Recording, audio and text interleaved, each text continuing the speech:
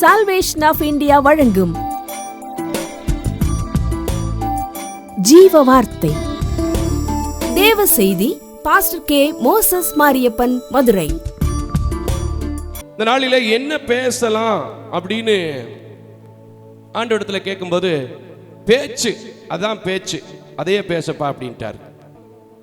நீதிமொழிகளின் புத்தகம் 13வது அதிகாரம் 3வது வசனத்தை வாசிக்க போறோம். இதுல முதல் பகுதியை நம்ம பேசிட்டோம், 2வது வார்த்தையை பேச போறோம்.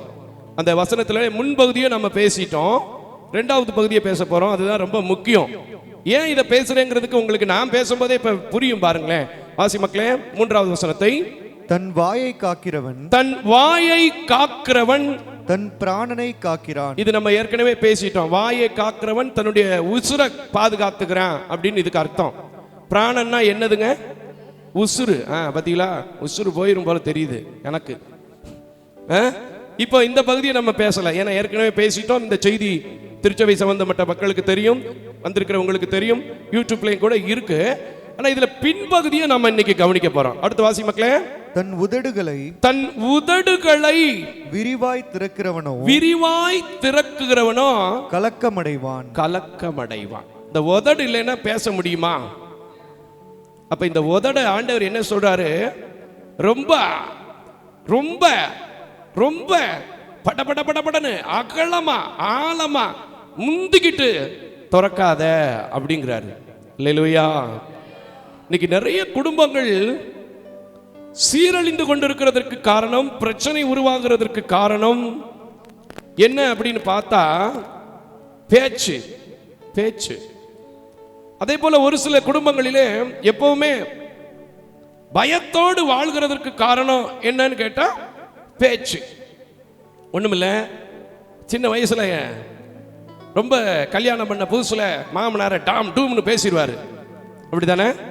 மாமியார டாம் டூம்னு பேசிடுவாரு. கடைசியில் ஏதோ ஒரு சூழ்நிலை அவங்க வீட்டிலேயே போய் உட்கார வேண்டியது ஆகி போயிடும், அப்படித்தானே? அப்ப பயந்து பயந்து அன்னைக்கு நம்ம இப்படி பேசணுமே,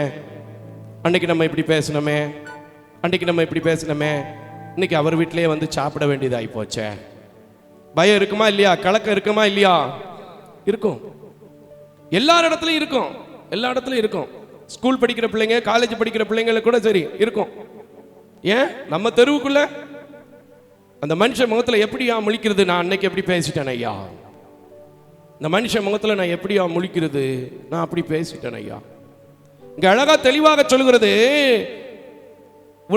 அதனுடைய உதடுகளை விரிவாய் திறக்குகிறவன் கலக்கம் அடைவான். நான் அதனாலதான் சில காரியங்களை சிலர் வந்து அங்க நடந்ததை வீட்டுக்கு வந்தவுடனே போன் எனக்கு போடுவாங்க. சில பேர் இப்படினே, உங்களை பத்தி இப்படி சொன்னாங்கனே, நம்மளை பத்தி இப்படி சொன்னாங்க ஐயா அப்படின்னு. நான் டக்குன்னு வாயை திறக்க மாட்டேன். ஏன்னா உண்மை என்ன, பிரச்சனை என்ன, இந்த அக்காவும் சேர்ந்து கூத்தடிச்சாங்களா, பேசினாங்களா அப்படிங்கிறதெல்லாம் நம்ம என்ன செய்யணும்? பார்க்கணும். பார்க்காம ஏய் அப்படி சொல்லிட்டியா, உன்னையெல்லாம் பாருவேன், அப்படியாக்க இப்படியாக்கட்டோம்னா திரும்ப அவங்க பர்டிகுலர் பேஷன் வரும்போது முகம் கொடுத்து என்ன செய்ய முடியாது? பேச முடியாது. நமக்குள்ளே ஒரு கலக்கம் வந்துடும். இந்த வாய் இருக்குல்ல, வாய் அது ரொம்ப கவனமா ஹேண்டில் பண்ணக்கூடிய ஒரு பிரச்சனைக்குரிய காரியம். வாய் ரொம்ப முக்கியம். அதே சமயத்தில் இந்த வாயை கவனமா கையாளணும். நீதிமொழிகளின் புத்தகம் 6வது அதிகாரம் 2வது வசனத்துல இந்த வாயை பத்தி என்ன சொல்லியிருக்கு கொஞ்சம் வாசிங்க. முதல் வசனம் ரொம்ப அருமையா இருக்கும், ஆனா அது வேண்டாம். நமக்கு தேவையான 2வது வசனம் 6:2 வாசிங்கய்யா. நீ உன் வாய்மொழிகளால் சிக்குண்டாய் உன் வாயின் வார்த்தைகளால் பிடிபட்டாய்.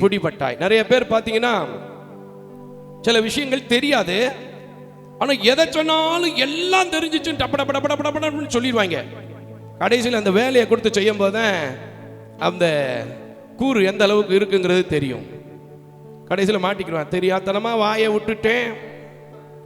நான் கூட சின்ன வயசுல ஐஏபியில் படிக்கும்போது இன்டகிரேட்டட் ஸ்கூல்ல படித்தேன். இன்டகிரேட்டட் ஸ்கூல்னா என்னன்னா, பார்வை உள்ளவர்களோடு பார்வை இல்லாதவர்கள் சேர்ந்து படிக்கிற பள்ளிக்கூடம். அப்ப ஹாஸ்டல்ல ரேடியா பொட்டி வச்சிருப்பாங்க. ரேடியா பொட்டி பார்த்துருக்கீங்களா? அப்போ ரேடியா ரிப்பேர் ஆயிரும். அங்கே உள்ள என்ன இருக்கு ஏது இருக்குன்னு எனக்கு தெரியாது. ஆனா இதெல்லாம் என்னன்னே பெரிய பிரச்சனை. இதெல்லாம் கடைக்கு கொண்டு போன சிம்பிள் மேட்ருனே, 10 ரூபா தானே ஆகும், 5 ரூபா தானே ஆகும். அந்த காலத்தில் 5 ரூபா 10 ரூபா தான் பெரிய காசே சொல்லிடுவான். அங்கே வந்து கேட்டால் 50 ரூபா ஆகும்ன்றாங்க. கடைசியில் ஒரு வழியாக தெருவா அலைஞ்சு அந்த காசை சேர்த்து சாரி பண்ணி கொடுக்க வேண்டியதாகி போயிடும். புரியுதா உங்களுக்கு? இங்க அழகா சொல்லப்பட்டிருக்கு, உன் வாய் மொழிகளால் சிக்குண்டாய், உன் வாய் மொழிகளால் நீ பிடிபட்டாய். எத்தனை பேர் வாயால மாட்டியிருக்கீங்க? நிறைய இருக்கும், நிறைய இருக்கும். நான் மாட்டியிருக்கேன், என் வாயால ஊழியத்திலேயே மாட்டியிருக்கேன். செஞ்சிருவேன் பிரதர், அதை செஞ்சிருவேன் பிரதர், இதை செஞ்சிருவேன்னு சொல்லிடுவேன். உண்மையாவே அவங்ககிட்ட இல்லைன்னு நினைச்சு சொல்லிடுவேன். கடைசியில் பார்த்தா உள்ள வச்சுக்கிட்டே இருக்கும், இல்லைன்னு சொல்லி நடிச்சிருப்பாங்க. நம்ம வாயை விட்டுட்டோமே, வாக்கு கொடுத்துட்டோமேன்னு செய்ய வேண்டி இருக்கும். இருக்கீங்களா? எனக்கு அன்பான தேவ ஜனமே, வாய் இல்லாம யாருமே வாழ முடியாது. அதனாலதான் பொம்பளை பிள்ளைய கட்டி கொடுக்கும் போது, அத்தா நான் கஷ்டப்பட்டு கட்டி கொடுத்துட்டேன், வாய் இருந்தா பொழைச்சுக்கோ, இல்லைன்னா வந்துரு, உங்க அப்பையும் சோறு போடுவாரு. அப்படியா? வாய் இருக்கணும். அதை எப்படி பேசணும்னா ஞானம் விளங்க பேச வேண்டும். வாயில பேசாத காரியம் எதுவுமே செய்ய முடியாது. இந்த வாயை பத்தி சொல்லும் போது நம்ம ஆளு பேதுரு ஆண்டவரோட பயணம் செய்யும் போது அவருக்கு பேரை என்ன நம்ம பாடுவோம், என்ன சொல்லுவோம்? முந்தி முந்தி பேசுற ஆளு. அதனாலதான் மோசஸ் ராஜசேகரன் கூட ஒரு அழகான பாட்டு அதை வச்சு எழுதாரு. முந்தி முந்தி பேசி தீர்ந்த சீமோன் பேதுரு, இப்ப 3 தடவை மறுதளிச்சது எப்படி பேதுரு? காசுக்காக ஆசைப்பட்ட யூதாஸ் காரியத்தை, அது வந்துடும். முந்தி முந்தி பேசி தீர்ந்த சீமோன் பேதுரு, இப்ப 3 தடவை மறுதளிச்சது எப்படி பேதுரு? பேசிடுவாரு, எல்லாம் பேசுவாரு. ஆண்டவர் வந்து அங்க கடைசி நேரத்தில் ராபோஜனம் கொடுக்கும்போது சீஷர்கள் கால்களை கழுவுவார். நமக்கெல்லாம் தெரியும்ல. அப்ப பேதுரு ரொம்ப அவசரமா சொல்லுவார், எல்லா பேரும் பேசாம உட்காந்துருப்பாங்க, எல்லா பேரும் பேசாம உட்காந்துருப்பாங்க. ஐயா, நாங்க உங்களை கழுவணும், நாங்க உங்களுக்கு எல்லாம் செய்யணும், நீர் என்னையா?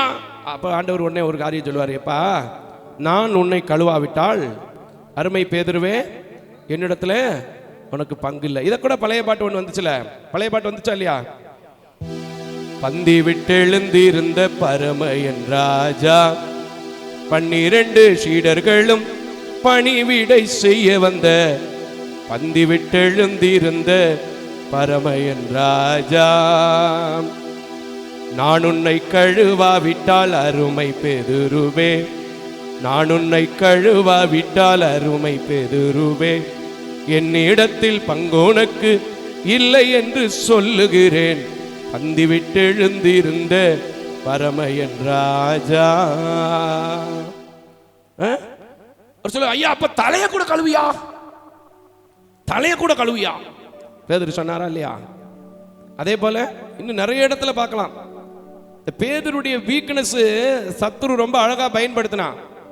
அதனால ஆண்டவர் ஒரு வசனத்துல சொன்னாரு, பேதுருவே உன்னை சாத்தான் சொலகிலே புடைக்கிறது போல புடைக்க என்னிடத்துல உத்தரவு கேட்டுக்கொண்டான், ஆயினும் உன் விசுவாசம் ஒளிந்து போகாதபடிக்கு உனக்காக நான் வேண்டிக் கொள்கிறேன். பேதுகிட்ட வேற எந்த கெட்ட வழக்கம் கிடையாதுங்க. எதை பேசுறதுனாலும் அவசரப்பட்டு பேசிடுவாரு, அவ்வளவுதான். உமக்கு ஒரு கூடாரம், எலியாவுக்கு ஒரு கூடாரம், இன்னொன்னு யாருங்க, மோசைக்கு ஒரு கூடாரம் போட்டுருவோமா? யாரு கேட்டா இந்த வார்த்தைய? ஆனாலும் அந்த பேதுருக்கிட்ட மனமாற்றம் வந்த போது அந்த பேதுருவை பார்த்து ஆண்டவர் சொன்னார், இந்த பேதுருவின் மேலே என் சபையை கட்டுவேன். கரங்களை தட்டி கர்த்தருக்கு ஸ்தோத்திரம் பண்ணு.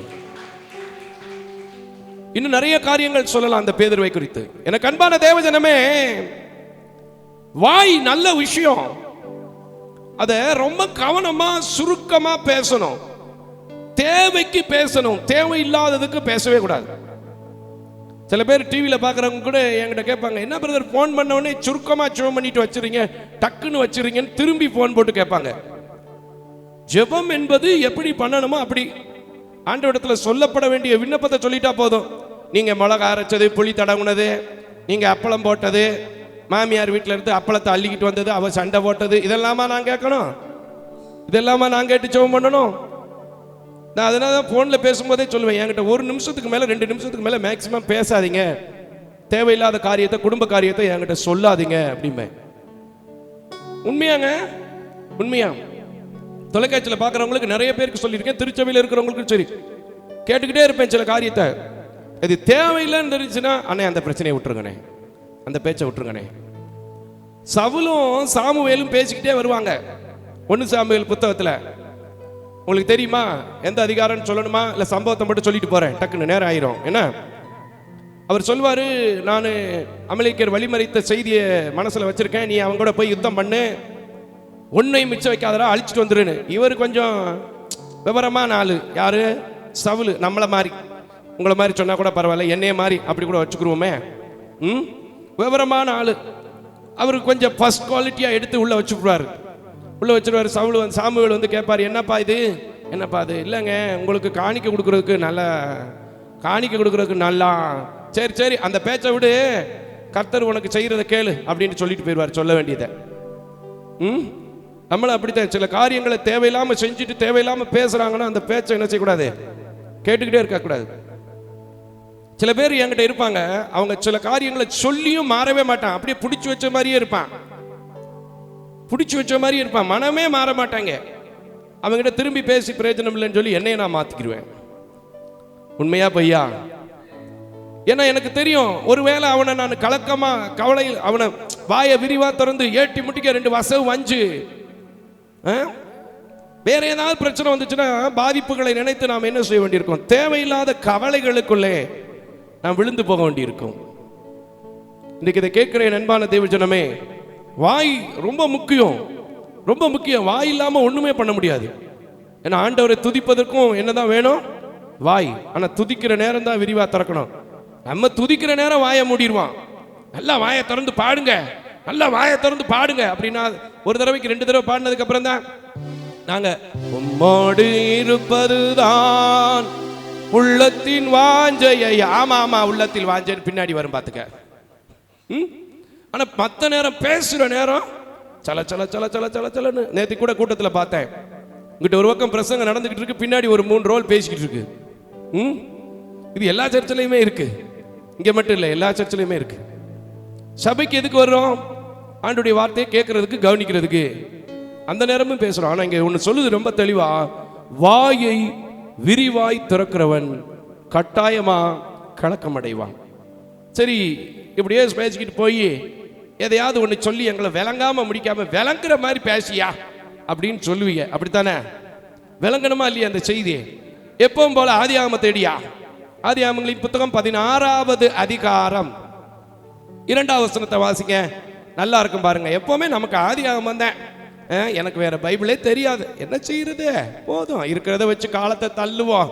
நம்ம தள்ள முடியாது காலத்தை, நம்ம காலத்தை தள்ள முடியாது. நான் எப்பவுமே ஒரு காரியம் சொல்லியிருக்கேன், இழுத்து பொத்திட்டு படுத்திருந்தாலும் கூட நேரமும் காலமும் என்ன செஞ்சிடும்? ஓடிடும். அப்போ உட்காந்துக்கிட்டு பாட வேண்டியதான், இந்த காலம் பொல்லாதது. அல்லேலூயா. சரி, 16:2. சாராய் ஆபிரகாமை நோக்கி நான் பிள்ளை பெறாதபடிக்கு கர்த்தர் என் கர்ப்பத்தை அடைத்திருக்கிறார். எப்படி ஸ்டேட்மெண்ட் கொடுக்குறாங்க பாருங்க, எப்படி ஸ்டேட்மெண்ட் நல்லா இருக்குல்ல? கர்த்தர் நான் பிள்ளை பெறாதபடிக்கு என் கர்ப்பத்தை அடைத்திருக்கிறார். ஆகையினால் வாசிமனே, என் அடிமை பெண்ணோடே சேரும், ஒருவேளை அவளாலேயாவது என் வீடு கட்டப்படும் என்றால், ஒருவேளை அவளாலேயாவது என் வீடு கட்டப்படும். வாயை திறக்கிறா, விரிவா வாயை திறக்கிறாங்க அம்மா. ஏன்னா அவங்க முற்பிதாக்களின் தாயா போயிட்டாங்க, அவங்கள குறித்து நம்ம பேசணும்னா நல்லா இருக்காது. ஆனா கர்த்தர் என்ன சொன்னாரு, எப்படி நடத்தினாருங்கிறத அந்த அம்மா என்ன செஞ்சுட்டாங்க? மறந்துட்டாங்க. நான் பிள்ளை இல்லாம இருக்கேன், இந்த கிழட்டு போய் தனியா இருந்துடக்கூடாது. நம்ம ஊர்லயே தான் நடக்குது, நிறைய அப்படித்தான் நடக்குது. நான் பார்த்து கட்டி வச்சேன் பிரதர், இன்னைக்கு திண்ணையில உட்கார வச்சு விட்டா பிரதர். என் சொந்தக்காரிதே, தங்கச்சிதேன் பிரதர், என்னைய உட்கார வச்சுட்டா. அல்லேலூயா. 4வது வசனத்தை வாசிப்போம். அவன் ஆகாரோடே சேர்ந்தபோது அவன் ஆகாரோடே சேர்ந்தபோது அவள் கர்ப்பம் தரித்தாள். அவள் தான் கர்ப்பவதியானதை கண்டபோது தன் நாச்சியாரை அற்பமாக எண்ணினாள். அப்பொழுது சாராள் ஆபிரகாமை நோக்கி எனக்கு நேரிட்ட அநியாயம், இவ பாருங்க என்ன அநியாயம் பாரியா. நம்ம ஊர்ல எப்படித்தான் தொட்டதுக்கெல்லாம் ஆம்பளையால பொம்பளையால குறை சொல்றது, தொட்டதுக்கெல்லாம் ஆம்பளையால. நீ தானியா கொண்டு வந்து விட்ட வீட்டுக்குள்ள, நீ தானே கொண்டு வந்து விட்ட வீட்டுக்குள்ள. உன் ஃப்ரெண்டு தானே, உன் மச்சான் தானே, உன் தம்பி தானே. தின்னா பொண்ணா போச்சு, நான் என்ன செய்யட்டும்? புரியுதா? அவ தானே கூப்பிட்டா.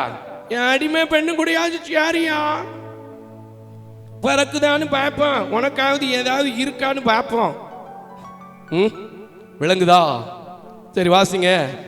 எனக்கு நேரிட்ட அநியாயம் உமது மேல் சுமரும். எப்படிங்க செஞ்சது பூரா இந்த அம்மா, பேசினது பூரா இந்த அம்மா. நம்ம ஆளு மாட்டிக்கிட்டு முழிக்கிறாப்ல. அப்புறமும் நம்ம ஆளு பார்த்தாரு, இந்த பொம்பளை விட மாட்டா, வீட்டில் ஒழுங்கா கஞ்சி குடிக்க விட மாட்டா, வீட்டில் ஒழுங்கா கஞ்சி குடிக்க விட மாட்டா. உன் விருப்பப்படியே செய்யுமா, இந்த பொம்பளையை வாங்கிட்டே விட்டுட்டேன்.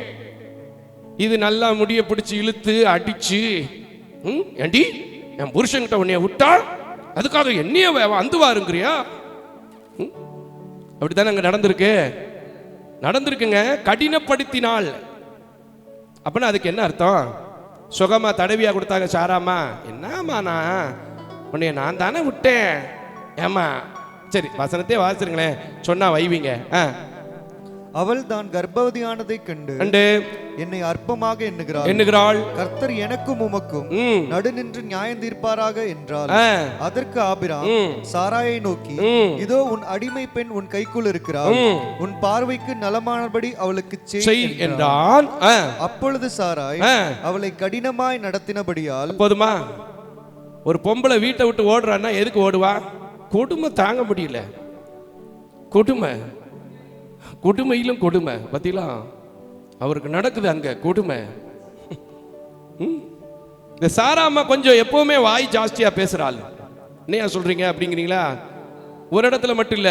ஆதியாகமங்களின் புத்தகம் 18வது அதிகாரம், ஆதியாகமங்களின் புத்தகம் 18வது அதிகாரம் 12வது வசனத்தை வாசித்து பாருங்க. ஏன்னா இதுக்கு மேல இத ரொம்ப சொன்னோம்னா இந்த ஆளுக்கு எப்பவுமே பாரியா அப்படின்னு சொல்லிடுவாங்க. நீங்க இல்ல, டிவியில பாக்குறவங்களே சொல்லுவாங்க. அதுலயும் கோயம்புத்தூர்ல இருந்து ஒரு 4-5 அம்மா மாதிரி தொடர்ச்சியா கால் பண்ணுவாங்க. யோ உனக்கு சின்ன வயசா இருந்தாலும் இம்புட்டு கொழுப்பு ஆகாதியா அப்படிங்க அந்த அம்மா. தோத்துறோம், கர்த்தருக்கு தோத்துறோம். ஆனா நல்ல ஒரு தாய், எனக்கு என் மீது ரொம்ப உரிமையுள்ள ஒரு தாய், அன்புள்ள ஒரு தாய், இந்த ஊழியத்தின் கட்டடத்திற்கு மிகப்பெரிய ஒரு பங்கை வைத்த தாய். கரங்களை தட்டி கர்த்தருக்கு சோதரம் பண்ணுங்க. சரி போகட்டும். 12வது வசனத்தை வாசிப்போம். ஆகையால் சாராள் தன் உள்ளத்திலே நகைத்து நான் கிழவியும் என் ஆண்டவன் முதிர்ந்த வயதுள்ளவருமான பின்பு எனக்கு இன்பம் உண்டாயிருக்குமோ என்றான். அப்பொழுது கர்த்தர் ஆபிராமை நோக்கி சாராள் நகைத்து நான் கிழவியாய் பிறக்க பிள்ளை பெறுவது எப்படி என்று சொல்லுவானே. ஐயா நான் சொல்லலங்க. அவன் என்னை பத்தி எனக்கு தெரியாதுங்க. ஐயோ நான் அப்படித்தான் அங்க போட்டிருக்கு பாருங்க. வாசிங்க. இப்ப என்ன வாசிங்க. கர்த்தரால் ஆகாத காரியம் உண்டோ? உற்பவத்திட்ட காலத்தில் உன்னிடத்திற்கு திரும்ப வருவேன், அப்பொழுது சாராளுக்கு ஒரு குமாரன் இருப்பான் என்றார். சாராள் பயந்து நான் சொன்ன பாத்தீங்களா, வாய விரிவா திறந்தா என்ன வரும்? பயம் வந்துடும். அங்க எதுக்கு பயந்தா? இவளுக்கு புள்ள பிறந்துச்சுன்னா இந்த ஆளு நம்மளை மொத்தத்துக்கும் தெருவில் விட்டுருவான். பிராக்டிக்கலா சொல்றேன், மற்றபடிக்கு ஆபிரகாமுடைய காரியங்கள் அப்படி அல்ல. ஏன்னா தேவனால் உண்டாக்கப்பட்ட ஒரு அற்புதமான படைப்புகளிலே முற்பிதாக்களில் தகப்பனும் தாயுமாக அவர்கள் நமக்கு கொடுக்கப்பட்டிருக்கிறாங்க. அதுல எந்த மாற்று கருத்தும் இல்லை. இதை சத்தியம் உங்களுக்கு விளங்கி கொள்ள வேண்டும். புரியுதா? என்ன பயம் அவளுக்கு? இவருக்கு குழந்தை பிறந்துச்சுன்னா நமக்கு மரியாதை இல்லாம போயிடும். இப்பவே இந்த வரத்து வாரா அற்பமா என்றா. நீ எத்தனை வருஷம் கடந்து இந்த கிழவனுக்கு ஒரு புழு பூச்சி முளைக்க வச்சியா? நான் பாத்தியா எப்படி இந்த வத்தியா 3 மாசத்துல வயிற்ற தள்ளிட்டேன். எல்லாம் நடக்குது நாட்டில். அன்னைக்கே நடந்திருக்கு பைபிள்ல. கர்த்தருக்கு ஸ்தோத்திரம். கரங்களை தட்டுங்க. எப்படி? ஐயா ஐயா நான் பேசலங்க, எனக்கு தெரியாதுங்க, நான் ஊமை மாதிரி உட்கார்ந்துருந்தேன். மனுஷங்கிட்ட வேணா ஒருவேளை வாயை திறக்கும் போது சத்தம் கேட்டா கண்டுபிடிச்சிருவார். ஆனா தேவன் கிட்ட உங்க இருதயத்தை விரிவா திறந்தா கூட அவர் கண்டுபிடிச்சிருவார். கரங்களை தட்டி கர்த்தருக்கு ஸ்தோத்திரம் பண்ணு. அவர் தெளிவா சொல்லிட்டார். அவள் இருதயத்திலே சொல்லி கொண்டாள். அந்த அம்மா என்ன சொல்றாங்க வாசிமா? அப்பொழுது சாராள் மிகவும் பயந்து நான் நகைக்கவில்லை என்று மறுத்தாள். அதற்கு அவர் இல்லை இல்லை நீ நகைத்தாய் என்றாள். பயந்துகிட்டே இருந்திருப்பா. அந்த பயவுலையே சும்மா இருக்க மாட்டாப்புல சோத்தையும் தின்னு விட்டு இப்படி சொல்லிட்டு போயிட்டாங்க. அதை கண்டுபிடிச்சு விட்டாங்களப்பா. நிறைய பேர் நான் பார்த்துருக்கேன், சொல்லக்கூடாததை சொல்லிவிடுவாங்க. அதுக்கப்புறம் அந்த தெருவுக்குள்ளே 4 நாளைக்கு வரமாட்டாங்க. இருக்கா இல்லையாங்க? சொல்லக்கூடாத சொல்லிடுவாங்க, அந்த பக்கமே 4 நாள் வரமாட்டாங்க. ஏன்? இந்த சர்ச்சில் ஒருத்தர் பேசக்கூடாத விஷயத்தை பேசிட்டாரு. இந்த சர்ச்சை விட்டு வெளியே போய் 3.5 வருஷம் ஆச்சு, சர்ச்சு பக்கமே வரமாட்டாரு, இனியும் வரமாட்டாரு. அப்படிப்பட்டவங்க சர்ச்சுக்கு தேவையும் இல்லை. தெரியுமா உங்களுக்கு? வாய் ரொம்ப முக்கியம். வாய் இல்லைன்னா ஒண்ணுமே இல்லை. ஆனா அந்த வாயை ரொம்ப கவனமா திறக்கணும். பேசிட்டு அப்புறம் வருத்தப்பட்டு ஒரு பிரயோஜனமே கிடையாது. சில பேர் இருக்கான், பேசுறதெல்லாம் பேசிட்டு டப்புன்னு காலில் வந்து விழுத்துருவாங்க. யாக்கோபு குடும்பத்தார் மாதிரி. என்னையா சொல்றீங்க? அப்படியா நடந்துச்சு எப்படிங்களா? எடுத்துக்கொள்ளுங்கள் ஆதியாகமங்களின் புத்தகம் 50வது அதிகாரம். ஆதியாகமங்களின் புத்தகம் 50வது அதிகாரம் 15வது வசனத்தை வாசிக்க கேட்போம். நல்லா இருக்கும் பாருங்க. ஏன்னா வேறு எங்கேயுமே போக வேண்டியது இல்லைங்க. நம்முடைய வாழ்க்கைக்கு நிறைய இங்கேயே கொட்டி கிடக்கு. ஆசிங்க. எப்படிப்பா? தங்கள் தகப்பன் மரணமடைந்ததை யோசேப்பின் சகோதரர் கண்டு ஒருவேளை யோசேப்பு நம்மை பகைத்து நாம் அவனுக்கு செய்த எல்லா பொல்லாங்குக்காகவும் நமக்கு சரி கட்டுவான் என்று சொல்லி யோசேப்பினிடத்தில் ஆள் அனுப்பி, ஆமென், உம்முடைய சகோதரர் உமக்கு பொல்லாங்கு செய்திருந்தாலும் அவர்கள் செய்த துரோகத்தையும் பாதகத்தையும் நீர் தயவு செய்து மன்னிக்க வேண்டும் என்று உம்முடைய தகப்பனார் மரணமடையும் முன்னே உமக்கு சொல்லும்படி கட்டளையிட்டார். ஆமென். ஏன்னா இவங்க பண்ணாத கிண்டலே கிடையாது. யோசேப்ப சொப்பனக்காரன் ஒருத்தன் என்ன செஞ்சான்? குழியில போடுவோமாடா, வித்து போடுவோமாடா, ஆடு ரத்தம் என்னத்தையும் பீறிடுச்சுன்னு சொல்லிடுவோமாடா, என்னென்ன வார்த்தை பேச முடியுமா பேசினான். அவனை வச்சுக்கிட்டே அவனை கிண்டல் பண்ணாங்க. அதனால என்ன செஞ்சான்? பயந்துட்டான். ஏன்னா யோசேப்புடைய பொசிஷன் என்ன செஞ்சிருச்சு? உயர்ந்துருச்சு. அது மட்டும் இல்ல, அடுத்த வசனத்துல என்ன நடக்கு பாருங்களேன், வாசிங்க.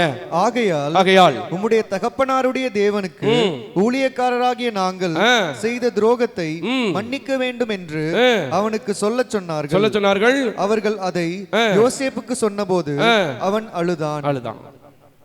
ஏன்னா யோசேப்பு எப்பவுமே கவனமா பேசுற ஆளு. சில பேருக்கு சுருக்கமா பேசினா அழுக வந்துடும். வளவளன்னு பேசுறவன்ட்டு அந்த உணர்வே இருக்காது. கல்லு மாதிரியே இருப்பாங்க. பார்த்துருக்கீங்களா? கல்லுல பிடிச்சி வச்ச மாதிரியே இருப்பாங்க. எனக்கு அன்பான தேவஜனமே, இந்த யோசேப்பினுடைய வாழ்க்கை உங்களுக்கு எல்லாம் தெரியும். எப்படி அவனை கிண்டல் பண்ணாங்க, எப்படி அவனை எகடாசி பண்ணாங்கன்னு தெரியும். பின்னாடி என்ன செய்யறான்? தகப்பன் செத்து போறாரு.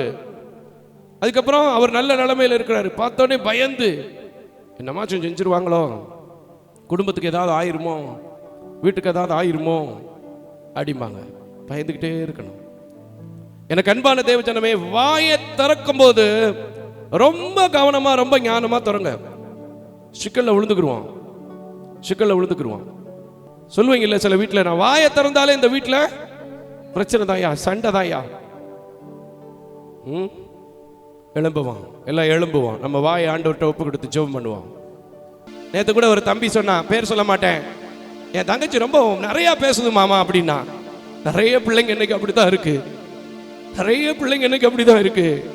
ஆண்டவர்கிட்ட ஒவ்வொரு பிள்ளைகளை ஒப்பு கொடுத்து, ஆண்டவரே எங்க பிள்ளைங்க பேச்சுனால கெட்டு போகாதபடிக்கு, பேச்சுனால ஆசீர்வாதத்தை இழந்து போகாதபடிக்கு, பேச்சுனால குடும்பம் பிரிஞ்சு போகாதபடிக்கு ஐயா, யோசபாத்தின் தெய்வம் இல்லையா, சாரால் நகைத்ததை கூட கண்டுகொண்ட தெய்வம் இல்லையா, எனக்கு மனம் இறங்குங்க, என்ன மன்னிங்க, என்ன ஆசீர்வதிங்க. நான் இனிமே ஞானமா பேசுவேன், நான் தேவ பயத்தோட பேசுவேன். பக்தி விருத்திக்கான காரியங்களை பேசுவேன். சபை கற்ற காரியங்களை பேசுவேன். குடும்பத்தை கற்ற காரியங்களை பேசுறேன். தேசம் ஆசீர்வதிக்கப்படுகிற காரியங்களை பேசுவேன். தேவையில்லாத காரியங்களை பேச மாட்டேன். ஹல்லேலூயா, ஹல்லேலூயா. ஐயா, உங்களை சொல்றேன், சில தேவையில்லாத விஷயங்களை பேசி எனக்கு நல்ல ஸ்பான்சர்களை கூட சில காரியங்களில் நானே இழந்து போனது உண்டு. ஆனால் திரும்ப இப்போ அவர்களுக்காய் ஜெபிக்கிறேன். இன்னும் என் மேலே ஆண்டவர் மனம் இறங்கலை. ஆனால் அதுக்கு பதிலாக புதிய புதிய ஸ்பான்சரை கொடுக்குறாங்க. கர்த்தருக்கு தோத்திரம். ஆனால் பேச்சினால இனிமே யாரையும் உங்களையும் நான் இழந்து போகக்கூடாது. தொலைக்காட்சியில் பார்க்குறவங்களை இழந்து போகக்கூடாது. கொடுக்குறவங்களை இழந்து போகக்கூடாது அப்படிங்கிற ஆசையில் நானும் பேசணும், நீங்களும் பேசணுங்கிறதுக்காக பேசியிருக்கிறேன். அந்த பேசும் தெய்வத்தை நோக்கி இப்போ ஒப்பு கொடுத்து ஜெபம் பண்ணுவோம். ஹல்லேலூயா, ஹல்லேலூயா, ஹல்லேலூயா.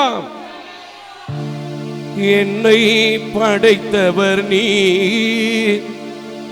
என்றும் நடத்துகிறீர்.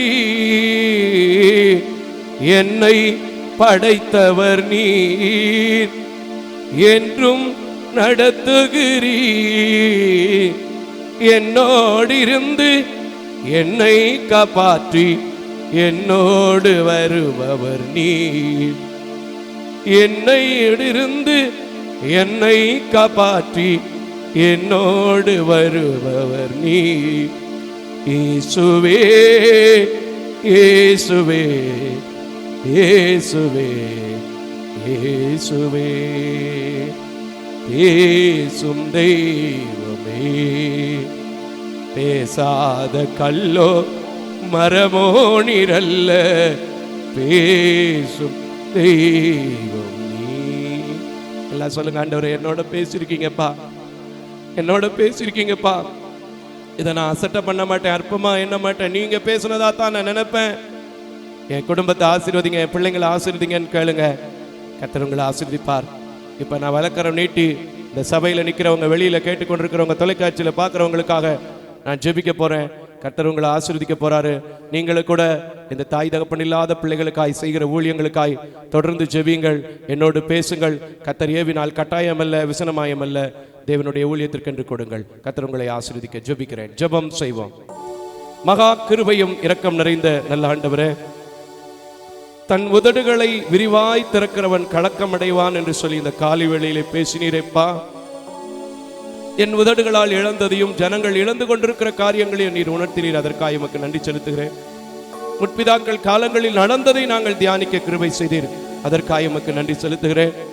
ஆண்டவரே, இந்த பேச்சை வெறும் பேச்சாய், வீண் பேச்சாய் யாரும் கேட்டு விடாமல், இது எனக்காக பேசப்பட்டிருக்கிறது, நான் பேச வேண்டியதை எனக்கு உணர்த்தி இருக்கிறது என்பதை அறிந்து யோசேப்பை போல, யோசபாத்தை போல ஆண்டவரே உம்முடைய சமூகத்திலே மறுபடியும் வாழ்வை பெற, மறுபடியும் கிருபை பெற, மறுபடியும் இரக்கத்தை பெற நீர் கிருபை செய்யும். நான் யாருடைய முகத்தையோ நிறத்தையோ பார்க்கல, மனதார உம்முடைய கரத்திலே ஒப்பு கொடுத்து ஜெபிக்கிறேன். பேச வைக்கிற தெய்வம் இந்த பேதையை பேச வைத்திருக்கிறீர் என்றால், யாரெல்லாம் உம்முடைய சமூகத்திலே தேவையானதை உமக்கிடத்தில் பேசி இருக்கிறார்களோ அவர்கள் பேசினதை எல்லாம் நீர் கேட்டு வாலாக்காமல் தலையாக்கி, கீழாக்காமல் மேலாக்கி, ஒவ்வொரு குடும்பங்களிலும் நீர் அற்புதங்களை, அடையாளங்களை, அதிசயங்களை செய்தீர் என்று உம்மை குறித்து நாங்கள் தொடர்ந்து இந்த உலகத்திற்கு பேச, பறைசாற்ற எங்களுக்கு கிருபை செய்யும். எம்மட்டும் எங்கள் ஆராதனையில் இடைப்பட்டீர் கலந்து கொண்ட பிள்ளைகளுக்காக உமக்கு நன்றி செலுத்துகிறோம். தொடர்ந்து நாங்கள் கடந்து செல்லும் போது கடந்து செல்லாத நேச கிருபை, அன்பு, சமாதானம், இரக்கம் கலந்து கொண்டவர்கள், பார்த்து கொண்டிருக்கிறவர்கள் ஒவ்வொருவர் மேலும் இருக்க நீர் கிருபை செய்யும். இயேசுவின் நாமத்தில் ஜெபிக்கிறேன் நல்ல பிதாவே, ஆமென். தேவ தரிசனத்தோடு செயல்படும் இவ்வூழியத்தினை உங்களது உதாரத்துவமான காணிக்கைகளால் தாங்க விரும்பினால் M Ranjith Kumar, Kepudur branch, state bank of India, account number 3386424648, IFSC code SBIN 00155569. உங்களது 24 மணி நேர ஜெப தொடர்புக்கு pastor K. Moses Mariappan, 2/26 SP Natham அஞ்சல், திருமங்கலம் தாலுகா, மதுரை மாவட்டம் 625706. Phone number 9360383940. அவர் இமெயில் அட்ரஸ் mosespn.k@gmail.com. ஜெபியுங்கள், தாங்குங்கள். தேவன் தாமே உங்களை நிறைவாய் ஆசீர்வதிப்பாராக.